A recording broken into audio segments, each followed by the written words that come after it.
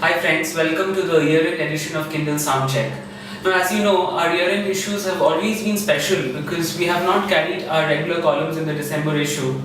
There have been list-based issues, like for instance, if 2010 was about celebrating anniversaries of anything and anyone from post-it notes to Camus, 2011 was based on the hypothesis that the world would come to end in 2012.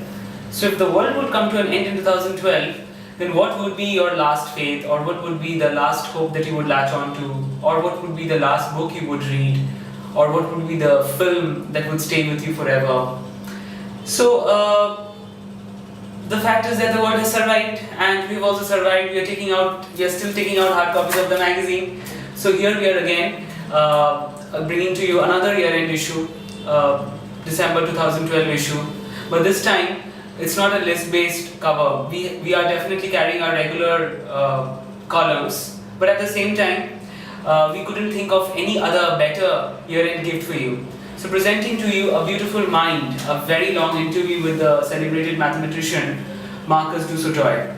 And since my editor Pritha has done this interview with Marcus, I would like to start with the question, why Marcus on the year-end cover?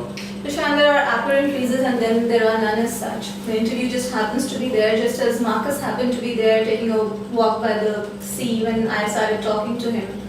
And and then the fact that he is such an awe-inspiring mathematician and that I didn't have any prepared questions for him, it didn't really stop the conversation, it made it flow. So the conversation branched out into all kinds of possible directions.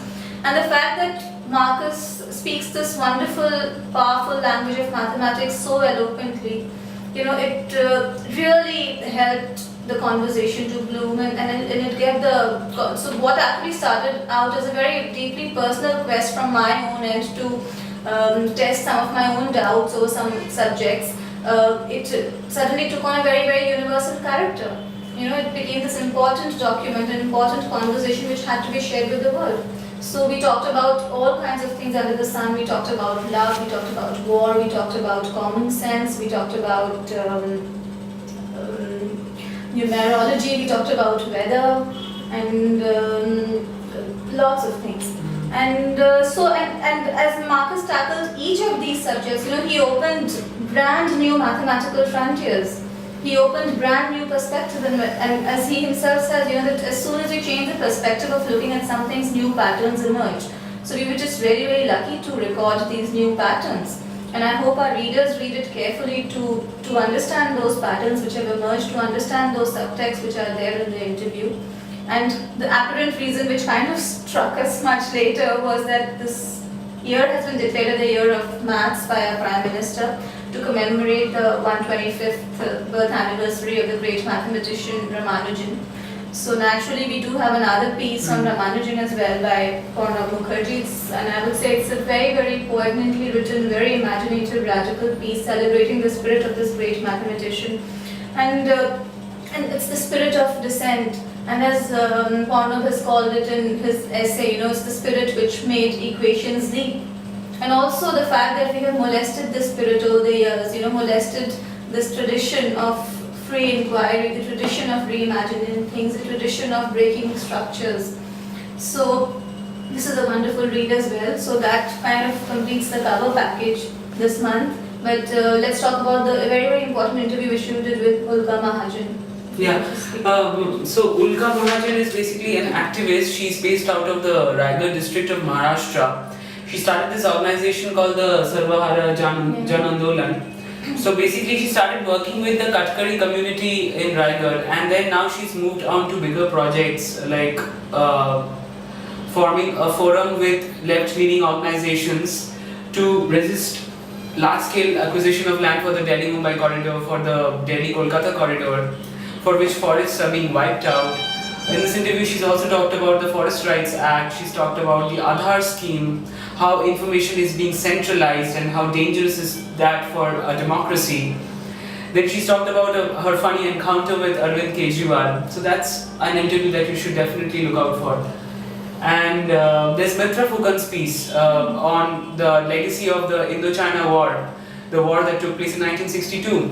Now what is special about this piece is that firstly, it is a completely northeastern perspective, a perspective which is completely missing from the mainstream media. And secondly, it takes off from a song by Bhupen Hazarika. So that's Mr. Fukan's piece for you. And since we are talking about war and resistance, there is Shashwat Patnaik's piece. Absolutely, which kind of, it actually is a piece which explores the philosophical orientations of Einstein, but it beautifully relates to the recent airstrikes by Israel.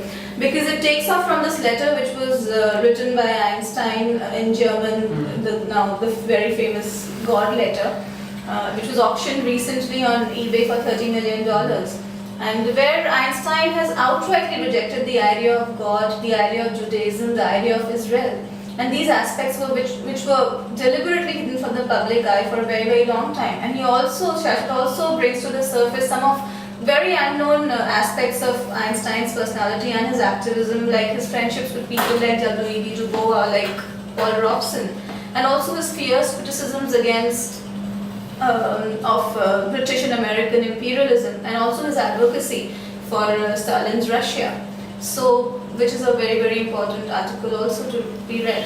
But but let's talk about some of the more lighter pieces also, and the YouTube article by Thomas Crowley. That's interesting. Thomas Crowley rounds up this year's Pop Goes the Culture with a lowdown on the YouTube rages this year. So there's Kulabari D, there's Gangnam Style, there are sleazy MMS videos.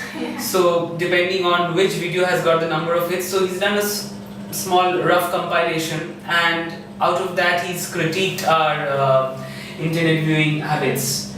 And there are also a couple of other interviews. Absolutely. Talash is releasing, and I think you managed to interview Reema Kagti. So Talash is releasing this week, and so we interviewed Reema Kagti as well as Zoya Akhtar. They've spoken about Talash, they've spoken about the reasons for the delay in the release, they've spoken about their favorite filmmakers, and do look out for Reema Kagti's interesting take on critics vis-a-vis the cut copy paste job called Burfi.